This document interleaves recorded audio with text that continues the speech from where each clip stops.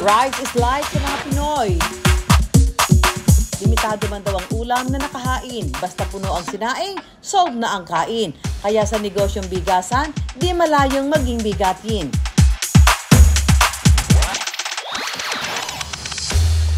Dinorado, sinandomeng, well-milled rice, o jasmine. Kahit anong klase pa yan. Mapang 1 cup o only rice, for the go, basta may kanin. Kung daily commodities ang pag-uusapan, panalo ang bigas dyan. Kaya ang bigas, panalong-panalong pagkakitaan. Mula 100 ng sako ng bigas, nakakabenta na raw ng 4 hanggang 700 sako ng bigas si Ivan kada araw. Bigatin nga! Hindi ko na-imagine na magbibigas ako eh. Iniisip ko nga pagbigasan parang ang baduy, ang corny, magbubuhat akong bigas. Pero hindi ko alam, dito pala ako dadalhin sa bigasan business. Sa 10,000 pisong puhunan na inutang lang, unang pinasok ni Ivan ang grocery business. Hanggang nagdagdag siya ng panindang bigas. Bigasan yung napili namin kasi napansin ko na ito yung pangangailangan ng tao, basic needs. Kumbaga, madali siyang ibenta eh. Anytime hahanapin siya.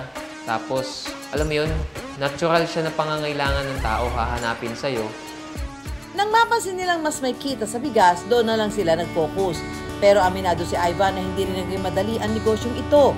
Tulad ng pagsaing ng bigas, kapag kulang sa tubig o mali ang lakas ng apoy, pwedeng mahilaw. For 7 months ng business namin, wala talaga kaming kabenta-benta. Imagine, kami ni wife papasok kami sa store 12 hours. Ang benta lang namin 600 pesos, ganyan. So isa yun sa mga naging challenge namin, yung hindi pa kami kilala, tapos madami ding kalaban, so walang bumibili sa amin masyado. Hanggang sinubukan nilang magbenta ng bigas online at tila dinig naman ng cyber universe ang kanilang pag-aalok. At nakahanap sila ng maraming customers na hindi lang basta bumili ng bigas, pumasok na rin sa rice trading business. 10,000 na puhunan, pwede na ba yan sa bigasan? Yes, kayang-kaya magsimula ng bigasan kahit 10,000 lang ang budget mo. Anong mga klase ng bigas ang pwede mong ipanimula? Magsimula ka sa 10 sako ng bigas. Noong nag-start ako mag-vlog, tapos nakita ko na nag-trending siya, tapos madami akong natulungan na tao kung paano mag-start ng bigasan. And then, nakikita ko din na may impact siya sa business namin. Tapos doon na ako nag-start na talagang ituloy yung vlogging, yung pagbo-vlog, pagko-content. Doon na ako talaga nagtuloy-tuloy. Sabi ko, okay na to. 90% raw ng kanilang customers nakilala lang nila sa social media. May mga taga Batangas, Quezon, Cavite at Laguna. Paano niyo kami nakita? Sa Facebook. Kapanood ako? Oo, lagi. Like na napapanood kaya dapat may discount. Umabot na rin sa mahigit 200 bigasan ang kanilang sinusuplayan. At big time na rin ang kita nila na nasa 6 digits kada buwan. Nakita ko na madami kong natulungan, ang dami nagkaroon ng idea. Doon na kami nakilala.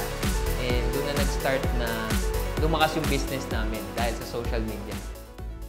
Kung dati sa Nueva Ecija, Mindoro at Isabela lang nag-aangkat ng bigas si Ivan, kumukuha na rin siya ngayon sa international rice traders mula Vietnam, Thailand at Pakistan. Kung presyuhan ang pag-uusapan. Sa wholesale, pwedeng mag-markup ng 50 pesos kada 25 kilo o isang sako ng bigas pero nakadepende ito sa minimum order. Kung retail o isang sakong bigas lang ang maibebenta, pwedeng mag-markup ng 75 to 100 pesos kada sako pero depende ito sa klase ng bibiling bigas. Naniniwala rin si Ivan na ang tamang pag-aalaga at pakikisama sa mga tauhan ay nagbubunga ng maganda para sa negosyo.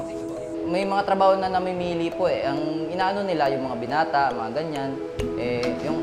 Wala po talaga kami totaling titirahan. Ang asawa ko po, pinauwi ko sa Nasugbo kasi nga wala po kami matitirahan. Si Sir, inalok niya po ako na kung pwede, gusto mo, dito mo nadalhin yung pamilya mo. Yun po, isa po yung sa pinakamalaking naitulong sa akin, Sir.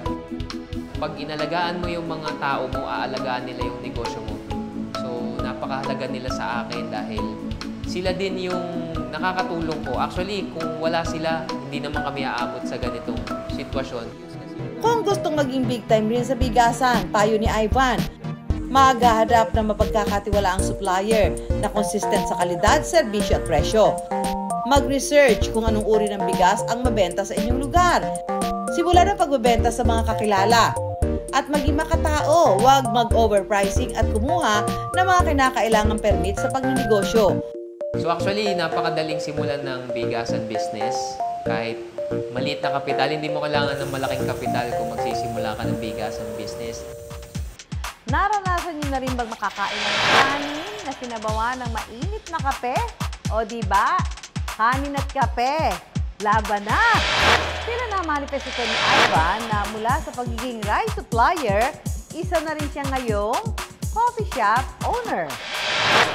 Bukod sa coffee shop, may 3 branch na rin ang rice trading business ni Ivan. Nakabili na rin siya ng 2 delivery truck at nakapagpundar ng lupa. Huwag kang matakot, talagang gawin mo yung best mo. Sipag, tiyaga, diskarte. Tapos, siyempre, tiwala ka sa Diyos. Manalig ka sa Diyos na kasamahan ka niya sa journey mo sa pagnegosyo. Totoo ngang rice is life dahil kapag tama ang pagpapatakbo sa negosyong bigas, tiyak na magiging bigating winner.